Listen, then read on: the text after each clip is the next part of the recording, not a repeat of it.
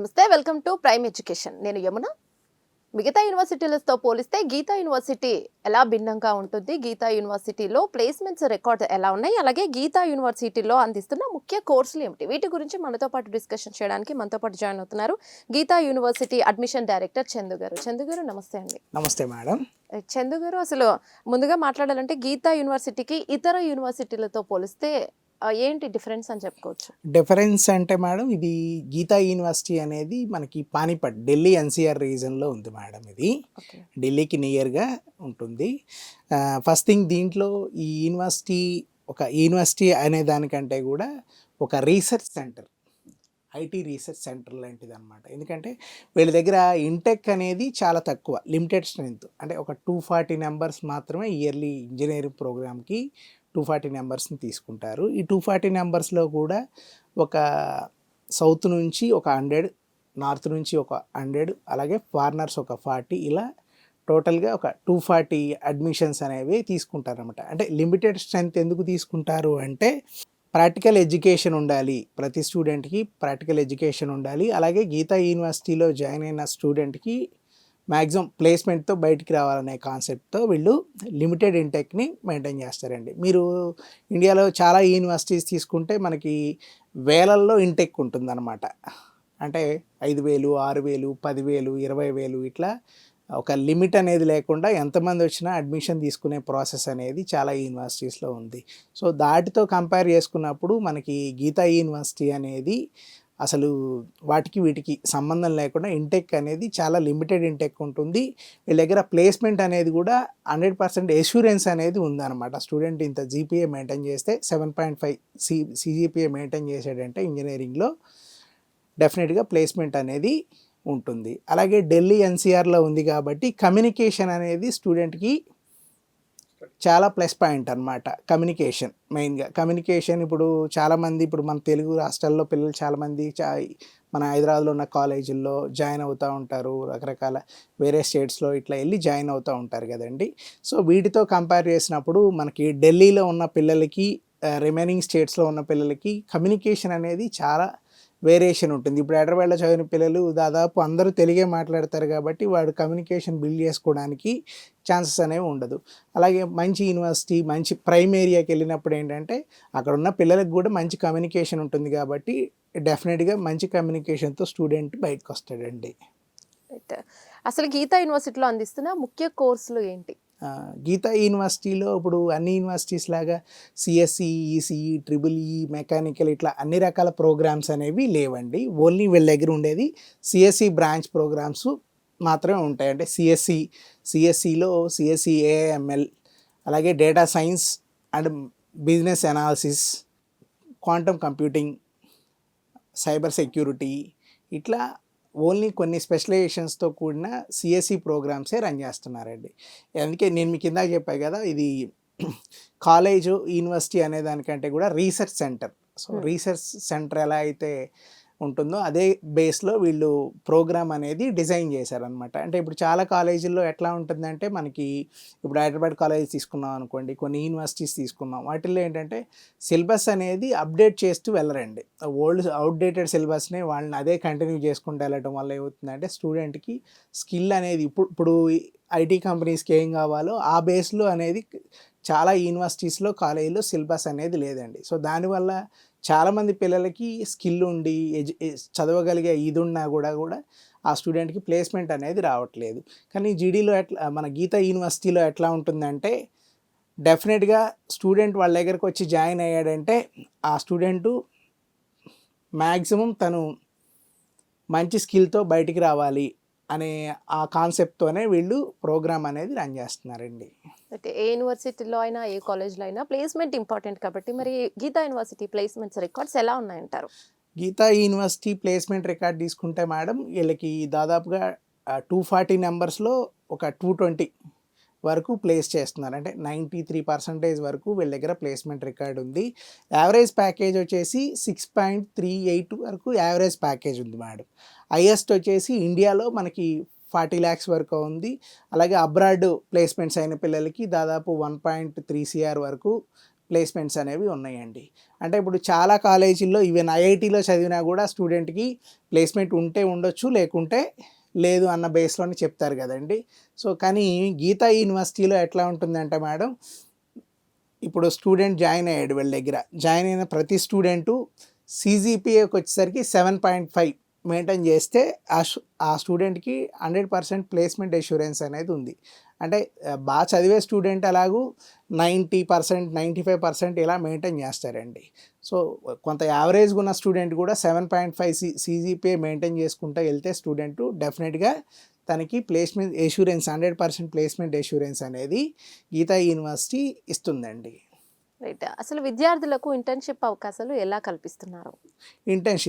Internships చూసుకుంటే madam చాలా కాలేజెస్‌లో ఎట్లా ఉంటుందంటే ఫైనల్ ఇయర్‌లో ఇంటర్న్‌షిప్ ఉంటుంది. లేదంటే ఫైనల్ ఇయర్ కూడా చాలామంది పిల్లలకి ఇంటర్న్‌షిప్ అనేది దొరకదండి. చాలా యూనివర్సిటీస్ చూసుకున్నా, కాలేజెస్ చూసుకున్నా ఈ ప్రాబ్లమ్ అనేది చాలా ఎక్కువ ఉంది. కానీ గీతా యూనివర్సిటీ లిమిటెడ్ ఇంటేక్ ఉండడం వల్ల వీళ్ళు నెంబర్ ఆఫ్ కంపెనీస్‌తో కొలాబరేట్ అయి ఉన్నారండి. సో వీళ్ళు ఏం చేస్తున్నారంటే ఫస్ట్ ఇయర్ స్టూడెంట్ కంప్లీట్ అయిందా సెకండ్ ఇయర్ నుంచి ఇంటర్న్‌షిప్ ప్రోగ్రామ్ అనేది ఉంటుందన్నమాట. సెకండ్ ఇయర్ నుంచే స్టూడెంట్ ఇంటర్న్‌షిప్ అనేది మ్యాండేటరీగా చేయాల్సి ఉంటుంది. సెకండ్ ఇయర్ ఉంటుంది, థర్డ్ ఇయర్ ఉంటుంది, ఫోర్త్ ఇయర్ అనేది 3 to 6 months అనేది ఇంటర్న్‌షిప్ ఉంటుంది మేడం. ఓకే. రైట్. అసలు ఈ ల్యాబ్స్ మరియు టెక్నాలజీ సదుపాయాలు గీతా యూనివర్సిటీలో ఎలా ఉన్నాయని చెప్పుకోవచ్చు? గీతా యూనివర్సిటీలో అది ఒక రకమైన రీసెర్చ్ సెంటర్ మేడం. అక్కడ లేని ల్యాబొరేటరీ అంటూ లేదనమాట. ఇక్కడున్న ఈ యూనివర్సిటీలో ఉన్న ప్రోగ్రామ్స్‌లో ఇప్పుడు క్వాంటమ్ కంప్యూటింగ్ అనేది మీరు క్వాంటమ్ వ్యాలీ, ఇప్పుడు అమరావతిలో మనకి క్వాంటమ్ వ్యాలీ ఇనే ఉంటారు కదా మీరు. సో అట్లా క్వాంటమ్ కంప్యూటింగ్ అనేది ఇండియాలో దాదాపు ఒక 10-12 యూనివర్సిటీస్లోనే ఈ ప్రోగ్రామ్ ఉంది మేడం. అందులో మన గీతా యూనివర్సిటీ కూడా ఉందన్నమాట. ఎందుకంటే ఆ ప్రోగ్రామ్ అన్ని యూనివర్సిటీస్లో కండక్ట్ చేయట్లేదు. ఎందుకంటే ఆ ల్యాబ్స్ కానీ ఫ్యాకల్టీ అనేది అందుబాటులో లేకపోవడం వల్ల చాలా యూనివర్సిటీస్లో ఆ ప్రోగ్రామ్ అనేది కండక్ట్ చేయట్లేదు.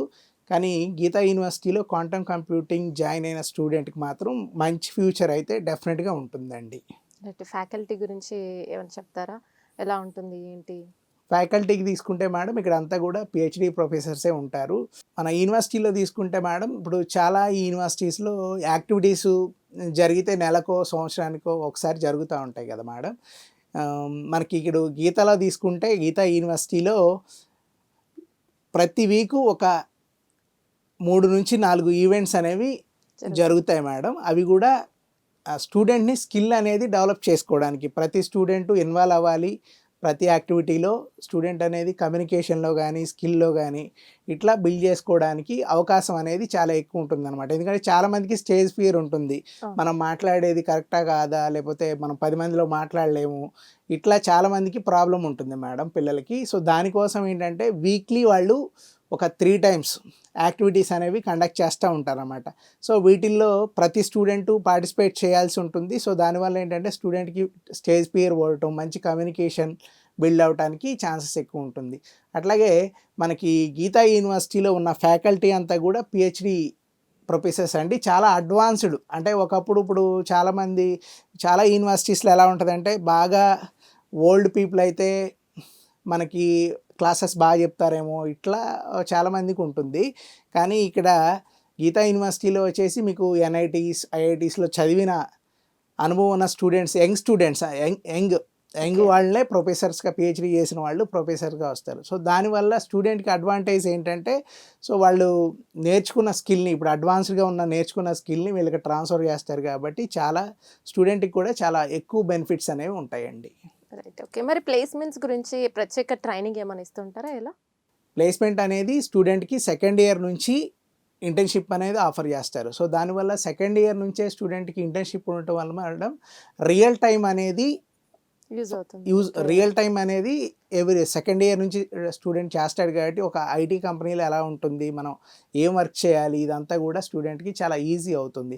అంటే second year, third year, fourth ఇయర్లో 3 సంవత్సరాలు కలిపి స్టూడెంట్ ఒక 12 months అనేది ఇంటర్న్షిప్ వర్క్ చేస్తాడు మేడం.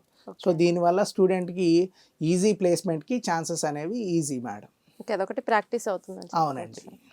రైట్. అసలు బీటెక్ సిఎస్ఈ ప్రోగ్రామ్ ప్రత్యేకతలు ఏంటి, వాటి గురించి అని చెప్తారా? బీటెక్ అదే ఈ యూనివర్సిటీలో ఉండేదే only CSE program madam. So దీంట్లో సిఎస్సిలో మనకి specializations CSE with artificial intelligence, అలాగే data science, quantum computing, cyber security, data science and business analysis, ఇట్లా ప్రోగ్రామ్స్ అనేవి ఉన్నాయండి ఇక్కడ. సో ఈ ప్రోగ్రామ్స్లో ప్రతి స్టూడెంట్ని ప్రాక్టికల్ ఓరియంటెడ్లోనే స్టూడెంట్ని ట్రైన్ చేయడం జరుగుతుంది. అట్లానే ఈ యూనివర్సిటీలో ఇప్పుడు చాలా యూనివర్సిటీల్లో మనకి ప్లేస్మెంట్ అనేది పెద్ద సమస్య, సవాల్గా మారిందనమాట. స్టూడెంట్కి ఇంజనీరింగ్ చదివితే ప్లేస్మెంట్ వస్తుందా రాదా అనేది పేరెంట్కి చాలామందికి పెద్ద సమస్య అయిపోయింది. కొన్ని యూనివర్సిటీలు ఏంటంటే అంటే బేసిక్గా ఎట్లా చెప్తున్నారంటే వేలల్లో ఇంటెక్ ఉన్న యూనివర్సిటీస్లో కూడా మా దగ్గర జాయిన్ అయితే స్టూడెంట్కి డెఫినెట్గా ప్లేస్మెంట్ వస్తుంది, స్టూడెంట్ సెటిల్ అవుతాడు, ఇట్లా చెప్తున్నారండి. కానీ వేలల్లో స్టూడెంట్స్ ఉన్న యూనివర్సిటీ అక్కడ ప్లేస్మెంట్స్ 20 to 10% తప్ప రిమైనింగ్ ఎక్కువ మందిని ప్లేస్ చేయడానికి ఛాన్సెస్ అనేవి చాలా రేర్ అండి. 5-6 వేల మంది పిల్లలు ఉన్నప్పుడు అసలు వాళ్ళకి ఎడ్యుకేషనే కొంత ప్రాక్టికల్ ఎడ్యుకేషనే ఉండదు. సో దానివల్ల ఏంటంటే స్టూడెంట్కి స్కిల్ ఉండదు. దానివల్ల ఆ యూనివర్సిటీలో చదివిన స్టూడెంట్స్ ఒక 10 to 20% తప్ప రిమైనింగ్ ప్లేస్ అవ్వడానికి ఛాన్సెస్ ఉండవు. కానీ గీతా యూనివర్సిటీలో ఉన్న ఇంటేకే 240. చాలామంది పేరెంట్స్ ఏం చేస్తారంటే ఏ యూనివర్సిటీ అయినా ఒకటే, సో మా ఊరోళ్ళు వెళ్తున్నారు, ఇట్లా చాలామంది మూవ్ అయిపోతూ ఉంటారండి. చాలా యూనివర్సిటీస్లో చాలామంది జాయిన్ అయ్యారంట, మనము జాయిన్ అవుదాము, ఇట్లా ఉంటారండి. కాకపోతే ఇంటెక్ అనేది చాలా ఇంపార్టెంట్. అంటే మనం ఒక యూనివర్సిటీలో జాయిన్ అవుతున్నాం అంటే ఆ యూనివర్సిటీ ఇంటెక్ అనేది మ్యాండేటరీగా పేరెంట్ తెలుసుకోవాలి. అది తెలుసుకోలేదనుకోండి మేడం చాలా ఇబ్బంది అవుతుంది. సో లిమిటెడ్ ఇంటెక్ ఉన్న యూనివర్సిటీలో జాయిన్ అయితే స్టూడెంట్ డెఫినెట్గా ప్లేస్మెంట్స్కి ఛాన్సెస్ అనేవి ఎక్కువ ఉంటాయండి. రైట్. గీతా యూనివర్సిటీలో అడ్మిషన్ ప్రొసీజ్యూర్ ఎలా ఉంటుంది, అలాగే స్కాలర్షిప్ ఏ విధంగా ఉంటాయి?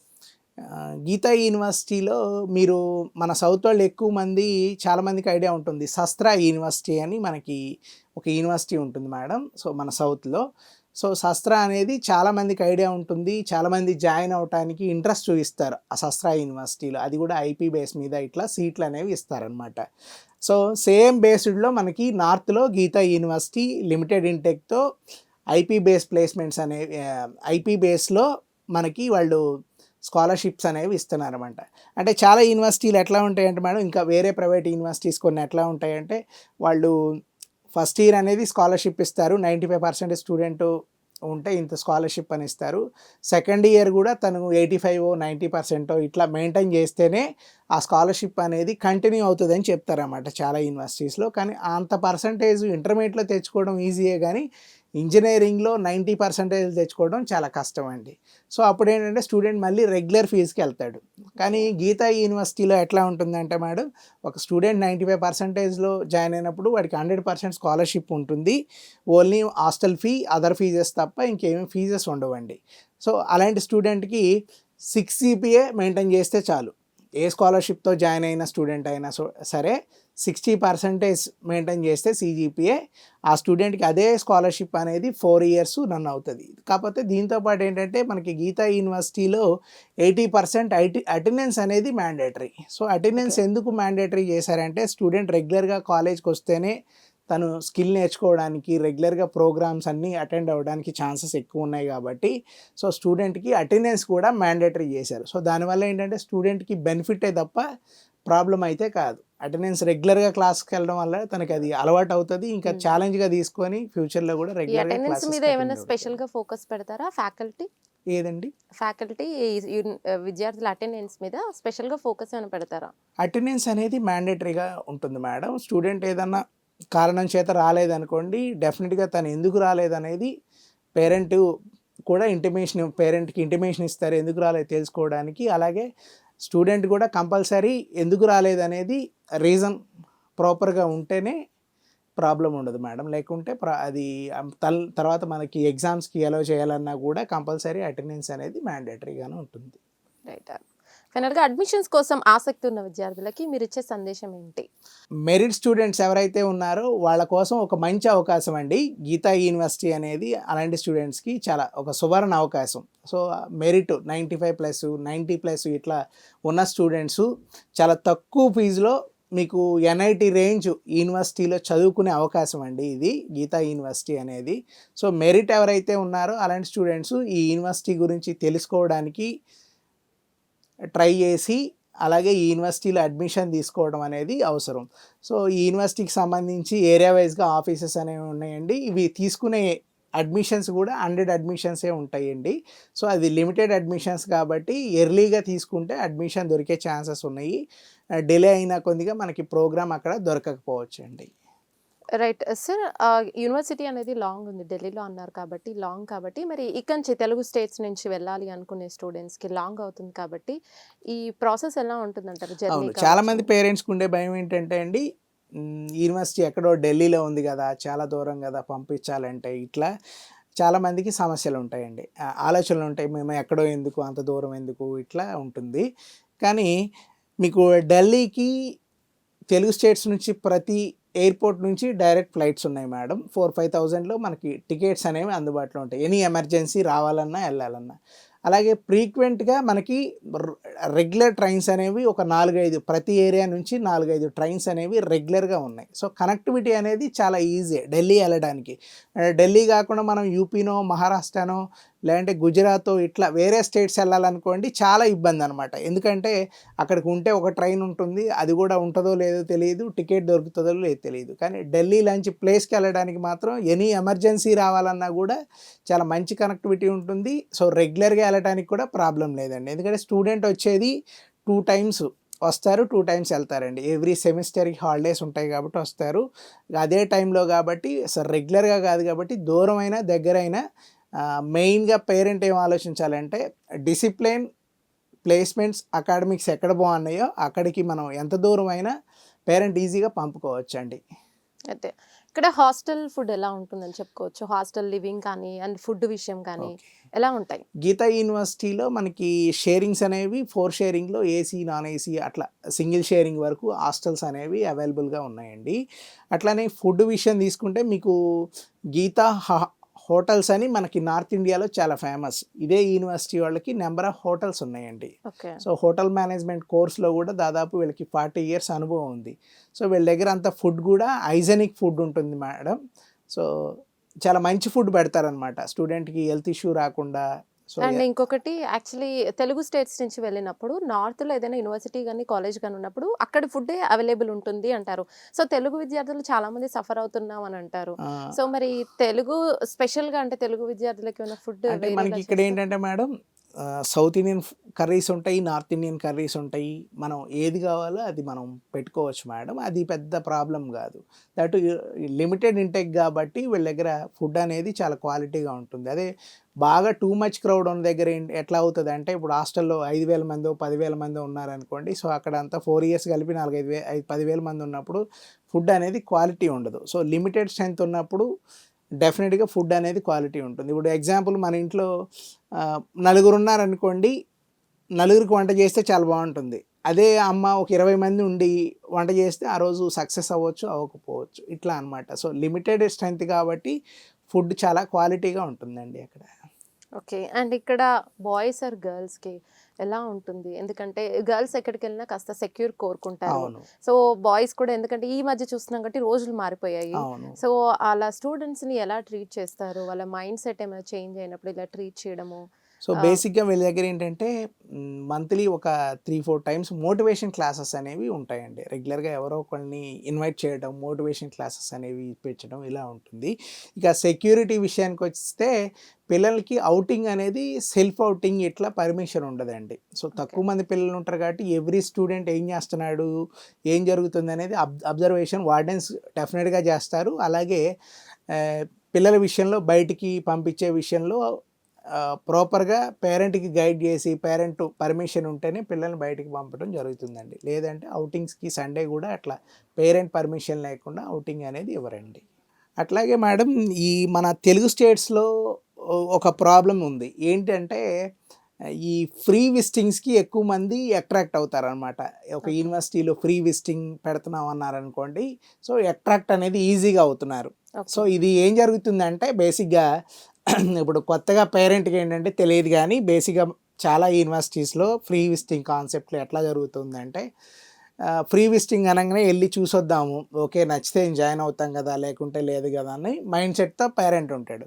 సో అట్లా ఉన్నప్పుడు ఎలా అవుతుందంటే, ప్రీ విజిటింగ్కి వెళ్తారు. వెళ్ళినప్పుడు ఒక 100 మందినో 200 మందినో తీసుకెళ్ళడం జరుగుతుంది అనమాట విజిటింగ్లో. సో ఆ రోజు అది అది చూసి ఏమనుకుంటారంటే అక్కడ ఆ రోజు ఫుడ్ బాగా పెడతారు, సో వాళ్ళకి ఫెసిలిటీస్ ఇవన్నీ చాలా బాగా ఇస్తారు. కొంతమంది పిల్లలతో సో క్యాంపస్ గురించి చెప్పేయడం ఇదంతా జరుగుతుంది. పేరెంట్ ఏమనుకుంటాడంటే ఇవే నిజం అనుకోని చెప్పేసి ఓకే యూనివర్సిటీ మంచి యూనివర్సిటీయే అని ఫిక్స్ అయ్యి జాయిన్ అవుతాడు. సో జాయిన్ అయిన తర్వాత ఒక 3 మంత్స్కి అట్లా పేరెంట్కి అర్థమవుతుంది ఇక్కడ మనం అనుకున్న ఎడ్యుకేషన్ లేదు, కానీ ఆ టైంలో మనం వెనక్కి రాలేం కాబట్టి ఇక కంటిన్యూ అవుతారు. సో నేను పేరెంట్స్కి ఇచ్చే సలహా ఏంటంటే ఏ యూనివర్సిటీ ఫ్రీ విజిటింగ్స్కి అనేది మీరు వాళ్ళు ఎంటర్టైన్ చేసినా మీరు వెళ్ళకండి. నిజంగా మీరు ఒక యూనివర్సిటీ గురించి తెలుసుకోవాలనుకుంటే మీరు ఓన్గా సింగిల్గా మీరు క్యాంపస్కి వెళ్ళినప్పుడు ఏంటంటే మీకు రియల్ టైం అసలు ఏం జరుగుతుంది ఫీడ్బ్యాక్ అనేది కూడా తెలుస్తుంది. సో మనం ఒక సినిమా సెట్టింగ్ లాగా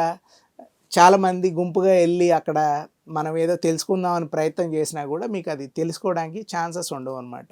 ఎందుకంటే మీరు గుంపుగా వెళ్తున్నారు కాబట్టి ఆ రోజు ఫుడ్ బాగా పెడతారు, ప్లాన్ చేసి తీసుకెళ్తున్నారు కాబట్టి.